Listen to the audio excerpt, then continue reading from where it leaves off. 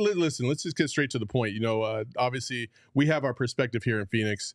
Watching this team from afar. What is your take so far on about 65 games of the season for the Suns? How do you feel? Do you feel like they're legit? Do you feel like they probably don't have enough? What's your take on them? So I thought a week ago they were on my radar as a possible sleeper because I think the only way to beat Denver is just to have more offense than them. As dumb as that sounds, like you're not gonna stop them on the other end the last 5-6 minutes of a game. You're gonna have to outscore them. And I thought Phoenix, maybe Dallas were the two teams that had a chance to do that. And then you watch what happened in Phoenix last week, where they just got demolished. And it just seems like the three guys together have not been as good as I thought they were going to be. Now they've only had, I think, less than 30 games playing together.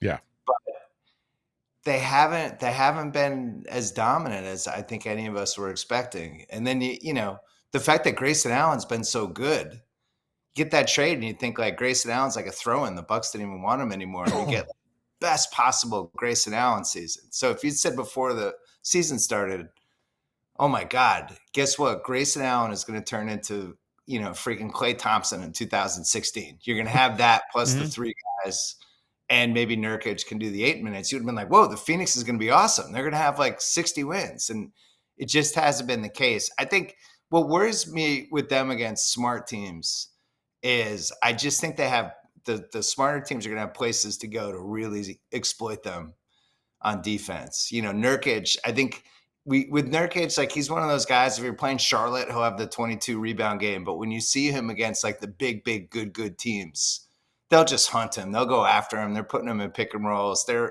Celtics guarded him with Drew Holiday. They're like, you're not going to hurt us. So they have that piece. And then Grayson Allen is somebody the Celtics exploited 2 years ago on defense. So there's some spots. What really worries me, and this is more as a KD fan, is just I think KD's had a really good season. And I think he's had a really, really good two-way season. Like I think this is among the best he's been defensively ever. And I don't know why they're not better. And Eddie is #WeGood at all times, although last week was suspiciously silent. But I keep waiting for them to have like the 3-week stretch where like, oh, here are the Suns. Here they are. And it just hasn't happened. And now we're at March Madness. Yeah, I was waiting for you to actually just text me after, what the Celtics did to us, and you didn't. So you actually felt sorry for me, and that's unusual for you, but you did. You felt sorry for me, and you didn't say anything. Eddie, I don't celebrate in March. That's the one thing I've learned as a basketball fan. February and March is like the fool's gold months of the season. We're all learning now that the regular season is so much different than the playoffs. So to say on March 10th, like, oh my God, we're locked. Like you can't do it anymore. Yeah. Yeah, no, I agree. And we both agree with you on the Sun situation. Obviously, the marathon, and you know this, the marathon is just so difficult to navigate. And we've seen it throughout the league now, right? We're seeing it with Minnesota with their injuries. We're seeing it with Philly with what they're dealing with. And so, but come playoff time, when everything settles, my whole philosophy on the Suns is if they don't turn it over, they got a chance to win.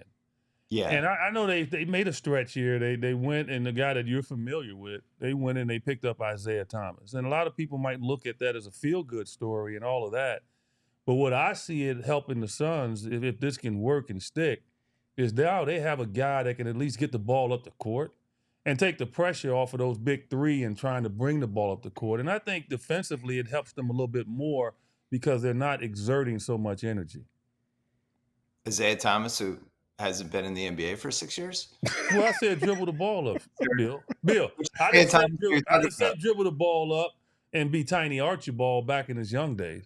I'm saying if you look at the Suns, and you do, a lot of their turnovers are happening actually when outside of like 60 feet. They're dribbling the ball up. Like, right. And I think that has been their issue. Like, my point is get the ball across the court as quickly as you can, and now you got 17 seconds to run your offense. Yeah, Eddie, this is why we were arguing last summer, because the Suns were throwing away basic things that work for NBA contenders. Like they were like, well, bench, we'll just get some guys. Point guard, who cares? We got Booker and Durant. And it's like, I don't know, we have 8 decades of evidence what works and doesn't work. I feel the same about New Orleans.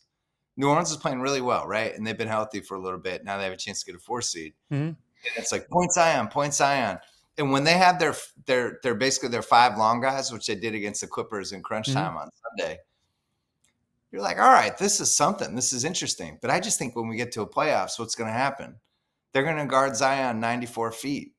And you're like, oh, you're going to play point guard? We're going to guard you the whole time. And the same thing we're seeing happen with the Suns. They're putting all of these miles on Booker and Durant in the 25 feet of the court that don't matter. Right. So, to me, point guard is like the easiest position to find people. And I don't understand. Eddie, you know more about this than I do about what they tried to do at the trade deadline, but I kept hearing they were really trying to get Miles Bridges.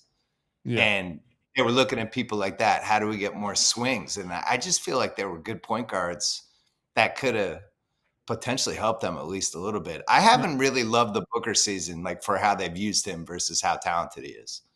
Yeah. Well, I would totally agree with that. I don't think they have used Booker quite the way that he would be the most efficient Booker possible. He tried to find, that perfect balance between scoring and facilitating earlier on in the season.